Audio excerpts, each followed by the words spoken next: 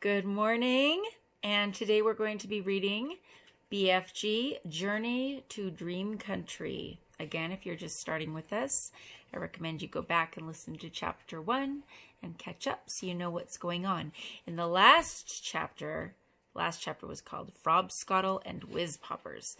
And if you remember, it was all about it's kind of Frobscottle, which is kind of like a soda pop. But the bubbles don't float up, they float down, and they create whiz poppers that made Sophie and the BFG have a very, very interesting, silly time last time. Now, Journey to Dream Country. After the mad Frobscottle party was over, Sophie settled herself again on top of the enormous table. "You is feeling better now?" asked the big friendly giant. "Much better, thank you," Sophie said. "Whenever I is feeling a bit scrotty," the BFG said, "a few gallops of Frobscottle is always making me hopscotchy again." "I must say it is quite an experience," Sophie said. "It's a rat's whistler," the BFG said. "It's gloriumptuous." He turned away and strode across the cave and picked up his dream-catching net. "I is galloping off now," he said, "to catch some more whoopsie-whiffling dreams for my collection. I is doing this every day without missing. Is you wishing to come with me?" "Not me, thank you very much," Sophie said. "Not with those other giants lurking outside." "I is snuggling you very cozy into the pocket of my waistcoat," said the BFG. "Then no one is seeing you." Before Sophie could protest, he had picked her up off the table and popped her into the waistcoat pocket. A waistcoat pocket is a little pocket in their pants. That's what they used to call them, a waistcoat. There was plenty of room in there. "Is you wishing for a little hole to peep out from?" he asked her. There's one here already," she said. She found a small hole in her pocket, and when she put one eye close to it, she could see out very well indeed. She watched the BFG as he bent down and filled his suitcase with empty glass jars. He closed the lid, picked up the suitcase in one hand, took the pole with the net on the other hand, and marched towards the entrance of the cave. As soon as he was outside, the BFG set off across the great hot yellow wasteland where the blue rocks lay and the dead trees stood, and where all the other giants were skulking about. Sophie, squatting low on her heels in the pocket of the leather waistcoat, had one eye glued to the little hole. She saw the group of enormous giants about 300 yards ahead. "Hold your breaths," the BFG whispered down to her. "Cross your figglers. Here we go. We is going right past all those other giants. Is you seeing the whoopsie great one, the one nearest to us?" "I see him," Sophie whispered back, quivering. "That's the horriblest of them all, and the biggest of them all. He is called the flesh lump-eating giant." "I don't want to hear about him," Sophie said. "He is 54 feet high," the BFG said softly as he jogged along, "and he is swallowing up human beings like they is sugar lumps, 2 or 3 at a time." "You're making me nervous," Sophie said. "I is nervous myself," the BFG whispered. "I always gets as jumpsy as a jog-hopper when the flesh lump-eating giant is around." "Keep away from him," Sophie pleaded. "Not possible," the BFG answered. "He is galloping easily 2 times as quicksy as me."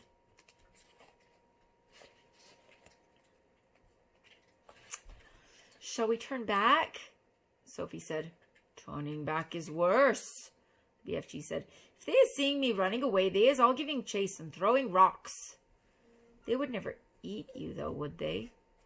Sophie asked. "Giants is never guzzling other giants," the BFG said. "They is fighting and squirreling a lot with each other, but never guzzling. Human beings is more tasty to them." The giants had already spotted the BFG and all heads were turned. Watching him as he jogged forward, he was aiming to pass well to the right of the group. Through her little peephole, Sophie saw the flesh-lump-eating giant moving over to intercept them. He didn't hurry. He just lopped over casually to a point where the BFG would have to pass. The others loped over after him. Sophie counted 9 of them altogether, and she recognized the blood bottler in the middle of them. They were bored. They had nothing to do until nightfall. There was an air of menace about them as he loped slowly across the plain with the long, walloping strides, heading for the BFG. "Here comes the runty one," boomed the flesh lump eater. "Ho ho there, runty one! Where is you splash winkling away to in such a hefty hurry?" He shot out an enormous arm and grabbed the BFG by the hair. The BFG didn't struggle. He simply stopped and stood quite still and said, "Be so kind as to be letting go of my hair, flesh lump eater." The flesh lump eater released him and stepped back a pace. The other giants stood around waiting for the fun to start. "Now then, you little grob squibbler," boomed the flesh lump eater. "We is all of us wanting to know where you is galloping off to every day in the daytime. Nobody ought to be galloping off to anywhere until it is getting dark. The human beings could easily be spotting you and starting a giant hunt, and we is not wanting that to happen. Is we not?" "We's not," shouted the other giants. "Go back to your cave, runty one." "I is not galloping to any human being country," the BFG said. "I is going other places." "I is thinking," said the flesh lump eater, "that you is catching human beings and keeping them as pets." "Right you is," cried the blood bottler. "Just now I is hearing him chittering away to one of them in his cave." "You is welcome to go and search my cave from frack to bunt," the BFG answered. "You can go looking into every crook and nanny. There's no human beans or stringy beans or runner beans or jelly beans or any other beans in there." Sophie crouched, still as a mouse, inside the BFG's pocket. She hardly dared to breathe. She was terrified she might sneeze. The slightest sound or movement would give her away. Through the tiny peephole, she watched the giants clustering around the poor BFG. How revolting they were! All of them had piggy little eyes and enormous mouths. When the flesh lump eater was speaking, she got a glimpse of his tongue. It was jet black like a slab of black steak. Every one of them was more than twice as tall as the BFG. Suddenly, the flesh lump eater shot out 2 enormous hands and grabbed the BFG around the waist. He tossed him high in the air and shouted, "Catch him, man-hugger!" The man-hugger caught him. The other giants spread out quickly in a large circle, each giant about 20 yards from his neighbor, preparing for the game they were going to play. Now the man-hugger threw the BFG high and far, shouting, "Catch him, bone cruncher!" The bone cruncher ran forward and caught the tumbling BFG and immediately swung him up again. "Catch him, child chewer!" he shouted. And so it went on. The giants were playing ball with the BFG, vying with each other to see who could throw him the highest. Sophie dug her nails into the side of the pocket, trying to prevent herself from tumbling out when he was upside down. She felt as though she were in a barrel going over the Niagara Falls. And all the time there was the fearful danger that one of the giants would fail to catch the BFG, and he would go crashing to the ground. "Catch him, meat dripper! Catch him, gizzard gulper! Catch him, maid masher! Catch him, blood bottler! Catch him! Catch him! Catch him!" In the end, they got bored with this game. They dumped the poor BFG on the ground. He was dazed and shattered. They gave him a few kicks and shouted, "Run, yo lull, run! Let us be seeing how fast you is galloping." The BFG ran. What else could he do? The giants picked up rocks and hurled them after him. He managed to dodge them. "Ruddy little runt!" they shouted. "Trogedy little twit! Shrivelry little shrimp! Mucky little midget! Squaggly little squib! Grubby little grub! At last, the BFG got clear of them all, and in another couple of minutes, the pack of giants was out of sight over the horizon. Sophie popped her head up from the pocket. I didn't like that, she said. I didn't like that. I think that's kind of funny. I don't think I would like that either. Would you like that? No, probably not. Phew, said the BFG. Few and far between. They was in a nasty, crotcheting mood today, was they not? I is sorry you was having such a whirligig time. No worse than you, Sophie said. Would they ever really hurt you? I isn't ever trusting them, the BFG said. How do they actually catch the humans they eat? Sophie asked. They is usually just sticking an arm in through the bedroom window and snitching them from their beds, the BFG said. Like you did to me, Sophie said. Ah, but I isn't eating you, the BFG said. How else do they catch them? Sophie asked. Sometimes, the BFG said, they is swimming in from the sea like fishies with only their heads showing above water, and then out comes a big hairy hand and grabs someone off the beach. Children as well? Often childlers, the BFG said. Little childlers who is building sand castles on the beach. That is who is swimming ones are after. Little chidlers is not so tough to eat as old as grandmamamas. So, says the child-chewing giant. As they talked, the BFG was galloping fast over the land. Sophie was standing right up in his waistcoat pocket now and holding onto the edge with both hands. Her head and shoulders were in the open, and the wind was blowing in her hair. How else do they catch people? She asked. All of them is having their own special ways of catching the human being, the BFG said. The meat-dripping giant is preferring to pretend he's a big tree growing in the park. He's standing in the park in the dusky evening, and he's holding great big branches over his head, and he is waiting until some happy families is coming to have a picnic under the spreading tree. The meat-dripping giant is watching them as they lay out their little picnic. But in the end, it is the meat dripper who is having the picnic. It's too awful, Sophie cried. The gizzard-gum-lumping giant is a city lover, the BFG went on. The gizzard gulper is lying high up in the roofs of the houses in the big cities. He's lying there snugly as a sniggler and watching the human beings walking on the street below. And when he sees one that looks like it has a whoopsie good flavor, he grabs it. He is simply reaching down and snitching it off the street like a monkey taking a nut. He said it is nice to be able to pick and choose what you is having for your supper. He said it is like choosing from a menu. Don't people see him doing it? Sophie asked. Never is they seeing him. Do not forget it is dusky dark at this time. Also, the gizzard gulper has a very fast arm. His arm is going up and down, quicker than a squinkler's. But if all these people are disappearing every night, surely there's some sort of an outcry, Sophie said. The world is a whoopsing big place. Oh, the world is a whooping big place, the BFG said. It has 100 different countries. The giants is clever. They is careful not to be skidding off to the same country too often. They is always switch fiddling around. Even so, said Sophie.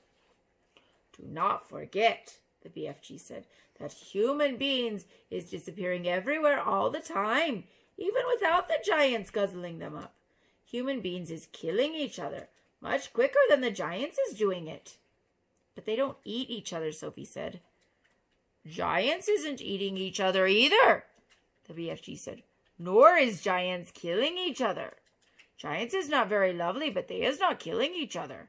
Nor is a crocodile-dillies killing other crocodile-dillies. Nor is pussycats killing other pussycats. They kill mice, Sophie said. Ah, but they is not killing their own kind, the BFG said. Human beings is the only animals that is killing their own kind. Don't poisonous snakes kill each other? Sophie asked. She was searching desperately for another creature that behaved as badly as the human. Even poisonous snakes is never killing each other, the BFG said. Nor is the most fearsome creatures like tigers and rhinoceroses.